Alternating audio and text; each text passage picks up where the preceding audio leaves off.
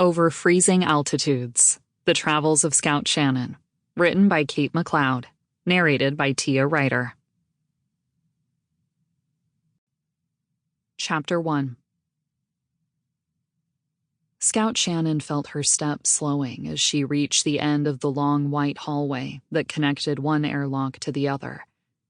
She was getting to the end of what had become familiar to her, and as far as she could tell, what lay beyond it was nothing. Nothing at all. Nothing but the black of space and the faint, distant twinkling of stars. She knew the warm, close feeling she'd gotten on the Tajaki Trade Dynasty ship had been the work of an illusion, making the walls look like wood polished until it glowed like honey, lit by what appeared to be flickering flames over brass fixtures. She didn't know what the ship looked like when it wasn't projecting that fabricated image, but even bare metal would be warmer than what lay ahead of her. Which was nothing, just the cold vacuum of space. She knew that wasn't really true. If it had been true, she'd already be out in it, sucked out the end of the hallway with her fluids boiling away and cold frost creeping over her. She had seen it happen to her friend Sita just days before. She had felt her friend's cold, stiffened limbs with her own warm hands, and her mind could too readily imagine what the process must feel like. Cold invading her very bones, stiffening her muscles to an icy rigidity. But it wasn't happening, Scout reminded herself. She was walking normally through the air she could breathe, and she was no colder than she normally was, since she had left her warm prairies behind to travel through the corridors of space-bound ships. Scout bent to pick up her white rat terrier Shadow, holding him tight and burying her face in the fur of his neck. He didn't need to be carried. His injury from a few days before had been slight and handily healed by the nanite the doctor had injected into his leg. But she needed the comfort of his warmth, the familiar smell of the dusty prairies of home that still lingered in his fur. Not exactly like home. It wasn't tongue-coatingly thick, capable of turning the saliva in her mouth into a gritty, metallic-tasting sludge, but enough to summon the image of days spent pedaling her bike down a narrow track in an endless expanse of red-gold grasses.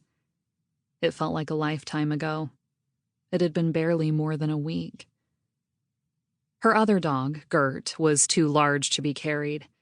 Normally, she objected to Shadow getting more attention than she was getting, but the rapidly approaching end of the hallway was making her nervous as well, and she pressed close against Scout's knee as she walked at her side, looking up from time to time with her big brown eyes.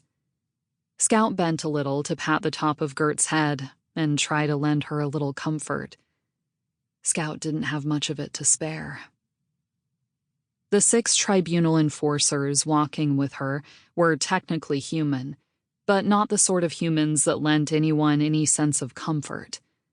It wasn't just the air of formality that radiated from their long blue robes and tall, straight postures as they walked with their folded hands hidden inside their sleeves.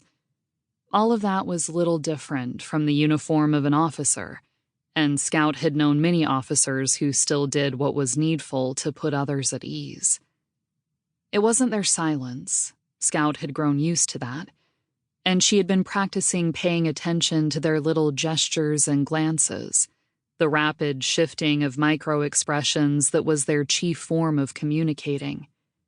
Scout didn't know what they were saying, but at least she knew when they were talking. Yes, they were definitely odd, with their shaved heads and skin that, no matter what color they had been born with, was pasty, almost waxy now. They lived in deep space, far from the burning rays of sunlight Scout had spent her whole life protecting herself against. Perhaps that was why Scout felt like they were too emotionally distant to feel any empathy for her.